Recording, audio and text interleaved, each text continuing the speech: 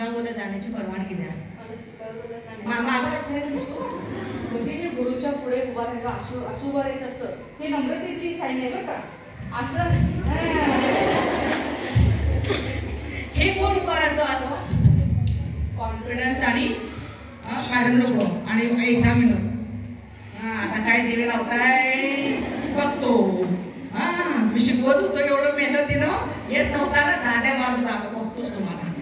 हे पोस्ट सांगत असते. पोस्टचे एक लेक्चर वेगळं आहे, ते नंतर बघूया आपण. मॅडम भाजी निवडायला आलेत आणि शिकागोला जाण्याची परवानगी. आता मॅडम तुम्ही बोलायचं विवेकानंद. चाकू पडला तेवढं दे रे. चाकू मला दे. चाकू पडला तेवढा दे. हा दे दे दे. अनेदा अनेदा अनेदा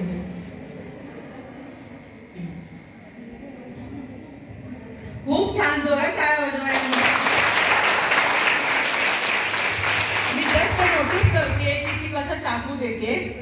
नाही तरी पण अर्धा चाकू तुम्ही ठीक दिलास बाळा. जरा एक मिनिट. आता चाकू द्यायचे. आई मागते की नाही चाकू, कसं दिला पाहिजे विवेकानंदाने आज.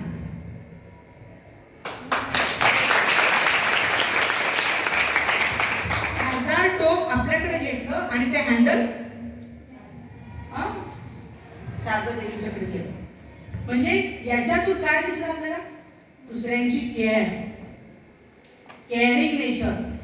वर्गामध्ये तुमच्या रूम मध्ये एखाद्या मुलगीला काही झालं तर लगेच पटकन उठून तापाने चल दवाखान्यात जाऊ.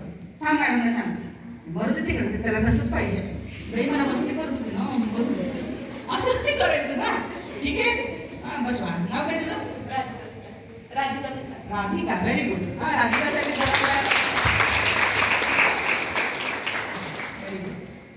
तर एवढ्या फक्त शारदा देवीनी एवढ्या